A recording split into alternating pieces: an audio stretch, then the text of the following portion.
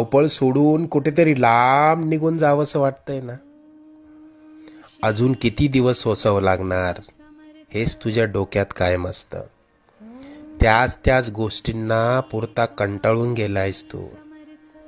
मला माहितीये या वेदना आता तुला सहन होत नाहीये. यापुढे अशी समस्या तुला सतावणार नाही.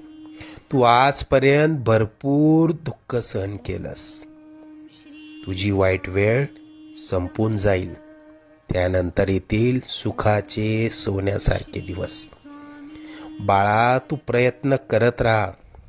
जिथे तू थांबशील तिथून पुढे तू हाती घेतलेले कार्य आम्ही पूर्णत्वास नेऊ.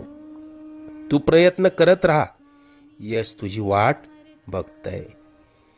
तुला आजपर्यंत आम्ही अनेक संकटातनं तारलं. उद्या येणार